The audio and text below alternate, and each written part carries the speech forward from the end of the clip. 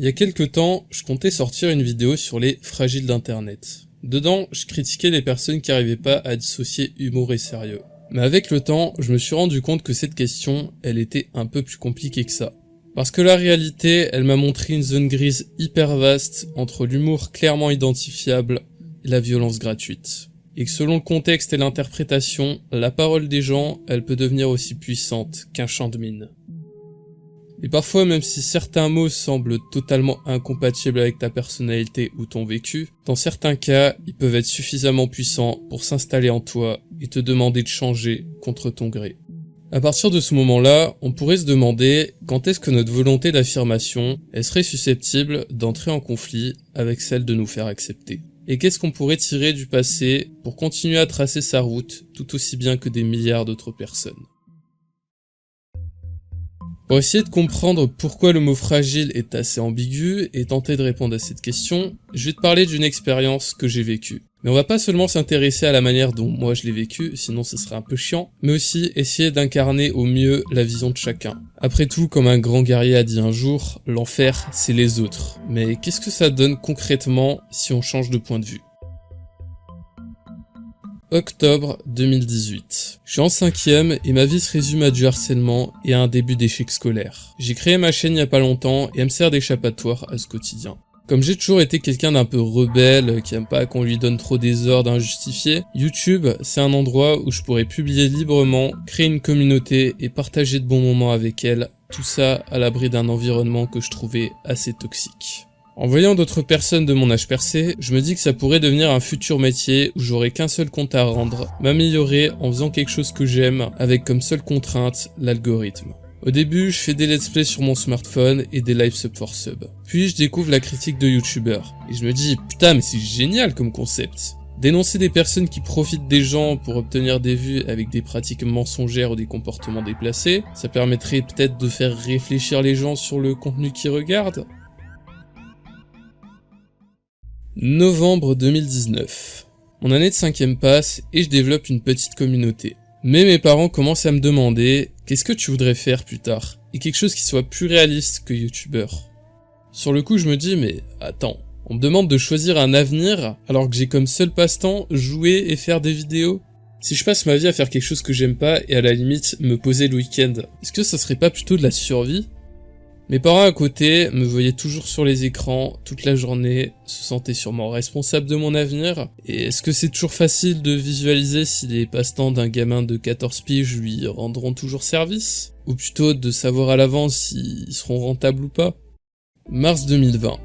Après une période de stress et de réflexion douloureuse, le premier confinement, je peux te jurer qu'il est venu en tant que bulle d'air providentielle. J'étais assez sérieux avec les cours à distance, mais j'avais quand même du temps pour souffler, réfléchir à ce que je voulais faire et apprendre à utiliser certains logiciels. D'ailleurs, pour faire de bonnes vidéos, ça demande un savoir-faire technique qui peut s'appliquer pour YouTube, mais aussi pour les médias traditionnels et le cinéma. Dans ce contexte, je me dis qu'une formation en audiovisuel, ça serait un compromis hybride pour continuer à améliorer mon contenu et bosser dans la vidéo. Après tout, est-ce que le métier passion, ça serait pas un genre de compromis entre passion et rentabilité ? Octobre 2023. Je suis en terminale et comme il n'y a pas vraiment de formation audiovisuelle avant le supérieur, je me suis orienté temporairement vers un bac pro graphisme. Pratique pour faire des habillages visuels comme des logos, bannières, miniatures, ça me permettrait aussi d'avoir un plan C juste au cas où. Mais dans la pratique, pas d'études sup égale difficile de trouver un travail. Et même après ça, ça reste compliqué. Le grand méchant Parcoursup m'attend au mois de juin et je sais pas vraiment ce que l'avenir me réserve après ça. Je me voyais déjà faire de longues études avec 15 heures de taf par jour ou passer par le triangle des Bermudes des jobs alimentaires. Et c'est vrai qu'on nous dit souvent que sacrifier une partie entière de sa vie, c'est un mal nécessaire pour avoir une bonne vie ensuite. Mais est-ce qu'on pourrait pas voir les choses autrement ? Donner toute sa vie pour un futur sans garantie d'accès à l'emploi, sans garantie qu'on va forcément s'y épanouir à long terme ? Est-ce qu'on peut vraiment appeler ça un mal pour un bien ? Ou pire, qu'est-ce qui se passerait si jamais je lâchais avant ? C'est là que je me dis, bon écoute, t'as un emploi du temps chargé, mais si tu te bouges le cul maintenant, t'as peut-être encore une fenêtre pour t'en sortir. C'est le moment ou jamais pour optimiser ton temps d'études pour le bac et ton temps de production pour YouTube. Objectif, être diplômé et arriver à percer avant la rentrée 2024, c'est parti. Sauf qu'à ça vient s'ajouter un nouveau problème, le permis. J'étais quelqu'un d'assez lève-tard couche-tard et les week-ends devaient me servir de temps de repos pour la semaine. Le truc, c'est que mes cours d'auto-école, c'était le samedi matin. Donc, comment t'expliquer que quand tu passes 1h30 dans les transports par jour, que t'as une analyse plastique sur format demi-raisin à rendre pendant 2 jours, en plus de devoir réviser ta physique, et que t'as en plus des cours de conduite à 9h le samedi, et que t'es crevé en rentrant, bah c'est compliqué d'être en forme si jamais tu t'organises mal. Le travail devient une source de stress, et tu deviens drastiquement moins productif quand t'es Asperger et perfectionniste. Donc à ce stade, je me dis que ça va être très compliqué d'avancer aussi vite sans remise en question. Janvier 2024. Le nouvel an passe et rien n'a vraiment changé. Mais un jour, un pote vient me conseiller une méthode qui sera mon nouveau rythme de vie pendant plusieurs mois, le lève-tôt, couche-tôt. Le principe, pouvoir me poser en fin d'après-midi, être avec mes potes ou ma famille, puis aller dormir vers 21h et réviser ou avancer sur mes projets de façon optimisée très tôt le matin. En plus de ça, j'en profite pour faire beaucoup plus de sport et avoir une alimentation plus saine.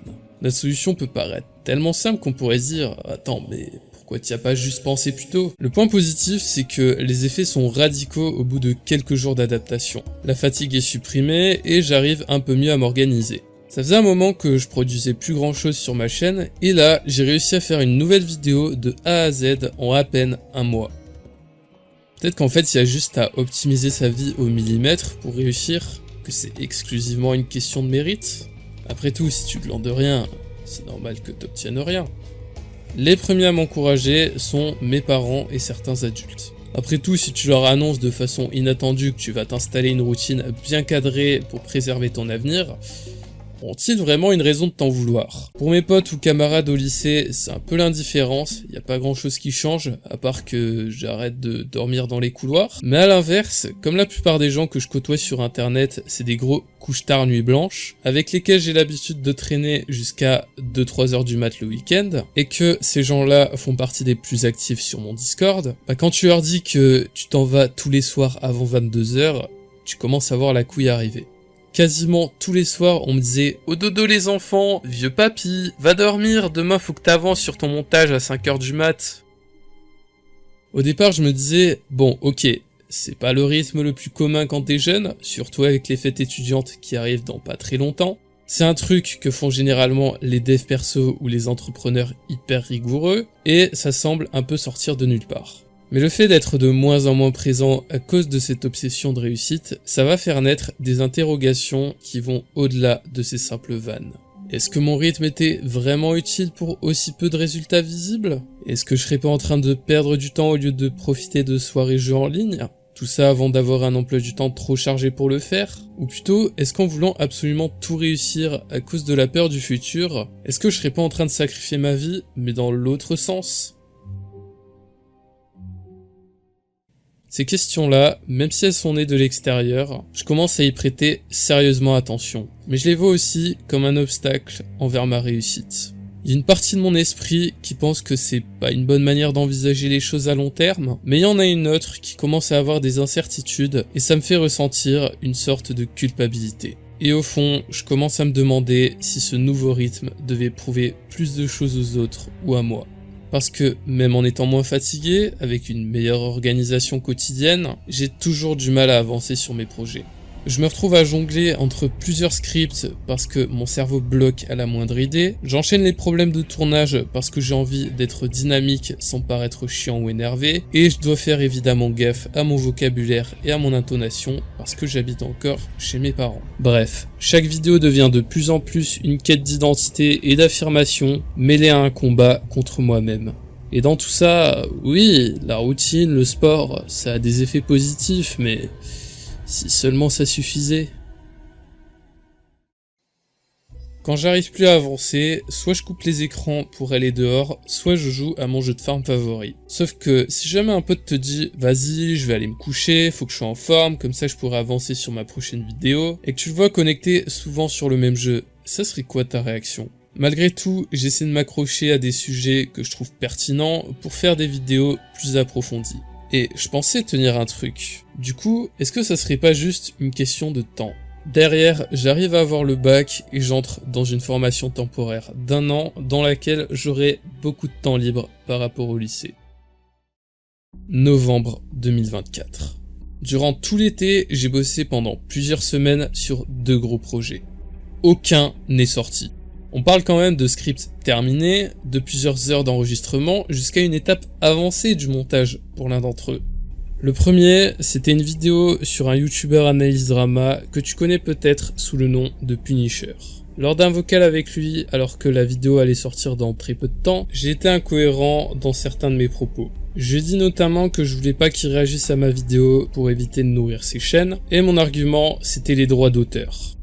Sérieusement, les droits d'auteur ? Alors que j'utilisais aussi des images d'internet ?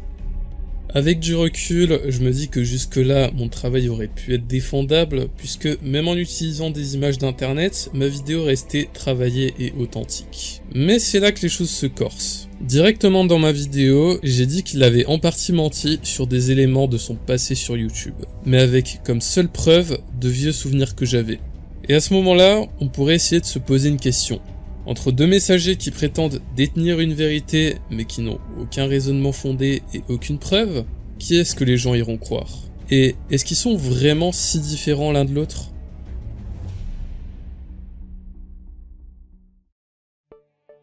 Le deuxième projet, c'est ma vidéo sur les fragiles. J'ai d'abord écrit une première partie, puis blocage. Quand je suis revenu dessus, je me suis rendu compte que je m'étais perdu dans mon propos et que j'étais plus forcément d'accord avec l'entièreté du texte. Dans celui-ci, j'exprime mon mécontentement envers les gens qui s'opposent à la critique ou à la liberté d'expression. Et est-ce que ça serait pas assez ironique pour quelqu'un qui en a de plus en plus ras-le-bol des critiques qu'on fait sur son rythme ? Puis, après l'avoir complété et modifié certains trucs, je me suis mis à tourner ma voix off. J'ai essayé de jouer l'archétype du rageux pour essayer de coller au thème de ma vidéo un peu ras-le-bol à la sauce potatoes, sauf qu'en forçant le trait, non seulement ça m'épuisait, mais je me rendais compte que je jouais un rôle dans lequel j'étais pas vraiment à l'aise. J'avais envie de faire des vidéos qui fassent réfléchir avec un message, mais à force d'enchaîner les projets, d'être soumis à certaines difficultés, tout ça pour que ça finisse par des remises en question, ma motivation de créer, elle commençait à mourir à petit feu. Et au fur et à mesure, j'ai commencé à remettre en cause le sens de mon activité sur YouTube. Publier une vidéo pour transmettre une idée, c'est bien, mais est-ce que c'est vraiment obligatoire de se faire souffrance pour y arriver ? Il y a eu quand même des exceptions, les fois où je faisais du contenu un peu plus simple, et peut-être qu'arrêter de réfléchir sur des questions existentielles, ça serait une manière de se préserver.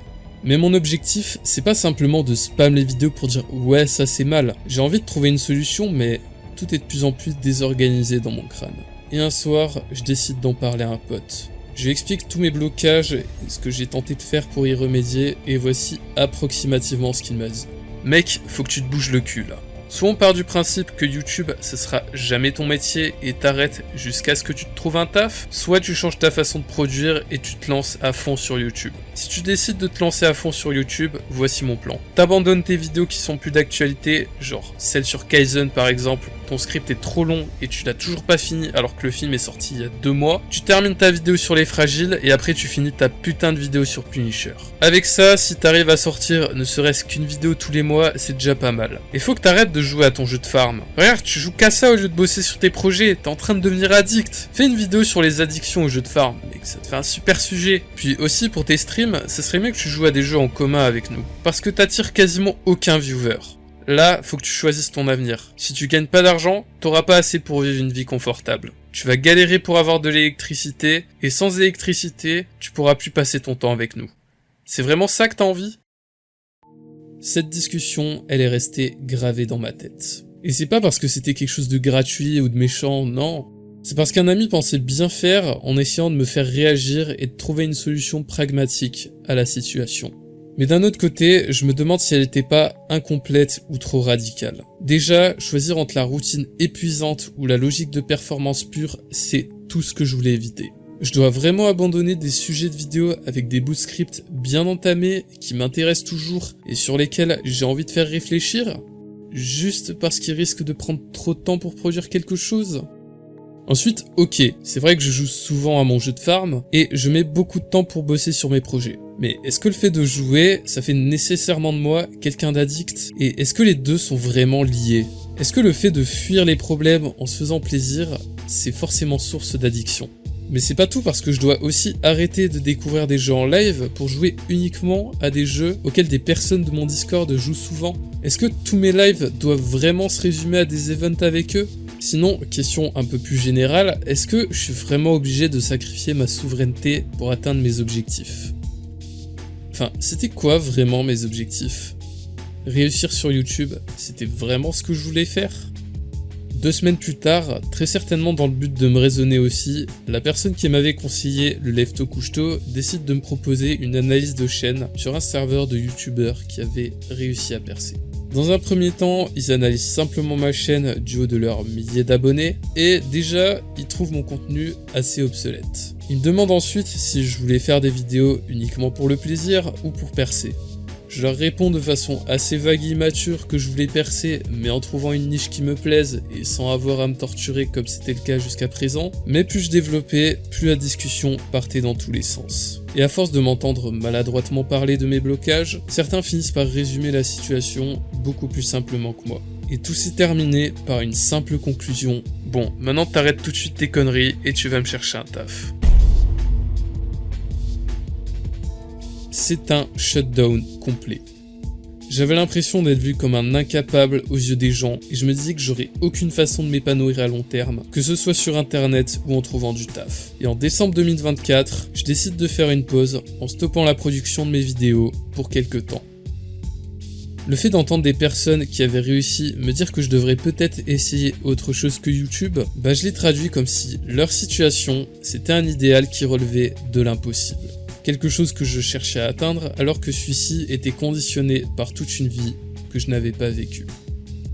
Quelques mois plus tard, j'essaie de terminer mes projets laissés à l'abandon avant de repartir sur de nouvelles bases, mais en les regardant à nouveau, je me demande s'ils me correspondent toujours et je décide de lâcher l'affaire jusqu'à avoir les idées plus claires sur d'éventuelles futures vidéos. J'arrête aussi les streams dans la foulée pour me déconnecter complètement de YouTube et ne plus avoir à réfléchir à quoi poster. Et le temps passe. Mars 2026. Ça fait maintenant 6 mois que cette coupure a commencé. Pendant tout ce temps, je me suis retrouvé à vivre complètement en dehors de cet univers. Mes pensées commencent à se trier, mon intérêt pour créer commence à renaître avec des projets de court-métrage en dehors de YouTube dans le cadre de mes études. Bref, 6 mois durant lesquels j'essaie de mieux me comprendre, autant dans ma manière de fonctionner que dans le sens que je veux donner à mes futurs projets. Je pense que le problème dans cette histoire, il a peut-être un lien avec la peur de l'inconnu. Dans un monde où on cherche suffisamment à être à la hauteur pour réussir, ou au moins continuer d'exister, ça pourrait faire sens. Mais à la hauteur de qui? Ou plutôt, de quoi?